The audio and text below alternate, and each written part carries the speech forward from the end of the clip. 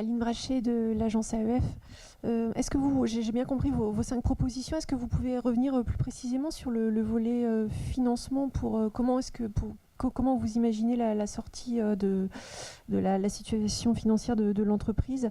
Est-ce que pour vous, ça doit passer par une révision de l'AREN? Est-ce qu'il faut pour vous investir dans le nouveau nucléaire? Comment est-ce que vous voyez le rehaussement du prix du mégawattheure? Merci. Merci en tout cas de la question, parce que c'est vrai que ça fait partie de la 5e proposition concrètement. Quand on dit refaire la tarification de l'énergie, une institution de réponse aux besoins, c'est justement parce qu'on se rend bien compte qu'à travers la CSPE, qui aujourd'hui était là pour développer les énergies renouvelables, parce qu'on a soutenu une filière qui aujourd'hui, on a vu les conséquences sur les questions industrielles, on voulait justement, on prend en compte, on sait très bien qu'il y a l'AREN qui vient rajouter, parce que ces sociétés d'énergie qui sont subventionnées déversent, et ce qui fait que des fois les prix sont négatifs sur le marché de gros. Et à côté de ça, il y a l'AREN. Donc c'est ce qu'on mettait dans l'explication, c'est que certains sont gagnants des deux côtés. Soit ils prennent sur l'AREN, soit ils prennent par rapport au marché de gros du fait que c'est déversé.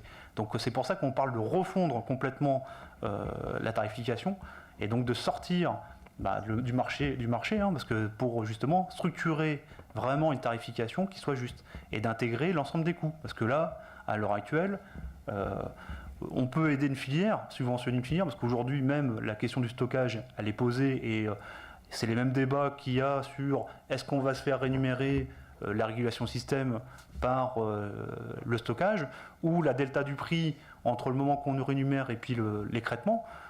Mais ça, je pense que de toute façon, si on n'intègre pas l'ensemble des coûts, et c'est ce qui fait là aussi la vision de l'entreprise intégrée, on aura de toute façon aujourd'hui des grandes difficultés à avoir un investissement de grande ampleur sur du long terme. C'est ça qui aujourd'hui on le posait, et que si demain dans le scénario d'isoler le nucléaire c'était un des choix qui était retenu, parce que ça a été dit par Sébastien, il y a des réflexions qui sont en cours, il y a des banques d'affaires qui ont fait des scénarios, donc il y a quand même 3 banques d'affaires qui ont fait des scénarios sur le sujet. Il y a donc bien évidemment eu des réflexions qui ont été faites par le gouvernement, mais on sait très bien qu'aujourd'hui d'isoler le nucléaire, avec les investissements qu'il y a à faire dans le temps, c'est, entre guillemets, ça peut être la fin de la filière. Je le dis d'une manière tout tranquille, et qui représente comme la 3e filière industrielle en France, donc c'est 220 000 emplois à la clé, tout confondu, je ne parle pas que d'EDF, on parle de l'ensemble des salariés qui travaillent sur le secteur, et c'est vrai qu'à l'heure actuelle, la question, quand on dit la tarification, oui, on doit refaire la tarification de marché gros en intégrant tous les prix, et le vrai prix, et après on refond, et on regarde ce qu'on subventionne pour justement aider le développement de filières.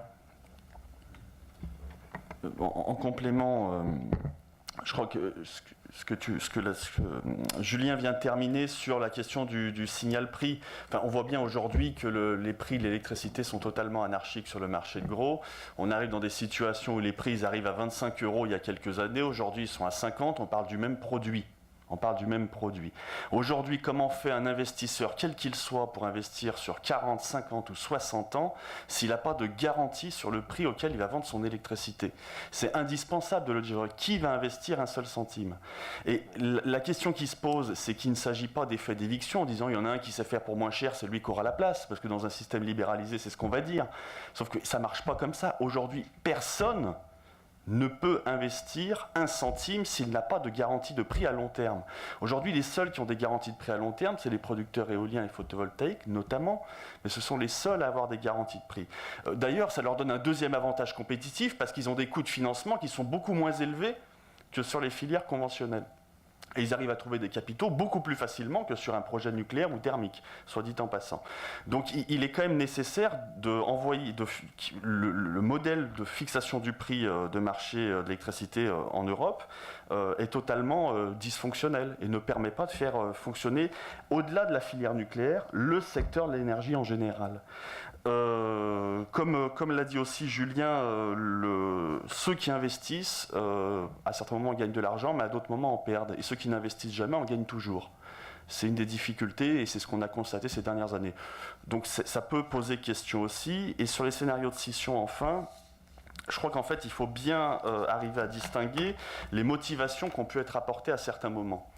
Il y a la question de quelle est la situation financière d'EDF. Chacun son appréciation. Dedans, on donne des éléments sur quelle est notre appréciation à nous de la situation d'EDF.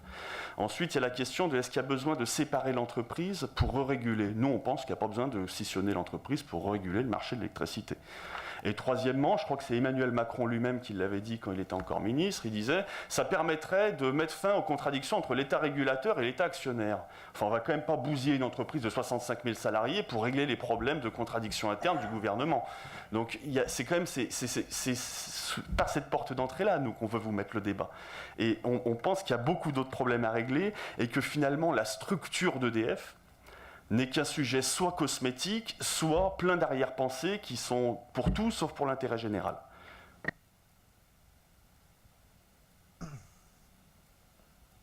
Et que vous sachiez quand même, dans les discussions que l'on peut avoir avec le gouvernement, ou on va dire au plus haut sommet de l'État, donc fut un temps où Emmanuel Macron était ministre de l'économie. C'est pas si vieux que ça. Et en janvier 2016, il a eu l'occasion de rencontrer les fédérations syndicales à l'époque à Bercy sur la situation de la filière nucléaire, et notamment parce que Areva était très très mal à ce moment-là. Et déjà, quand il était ministre de l'économie, il nous parlait de la scission d'EDF avec cette volonté de vouloir isoler le nucléaire, voire dans l'isolation ou l'isolement du nucléaire, nationaliser la filière.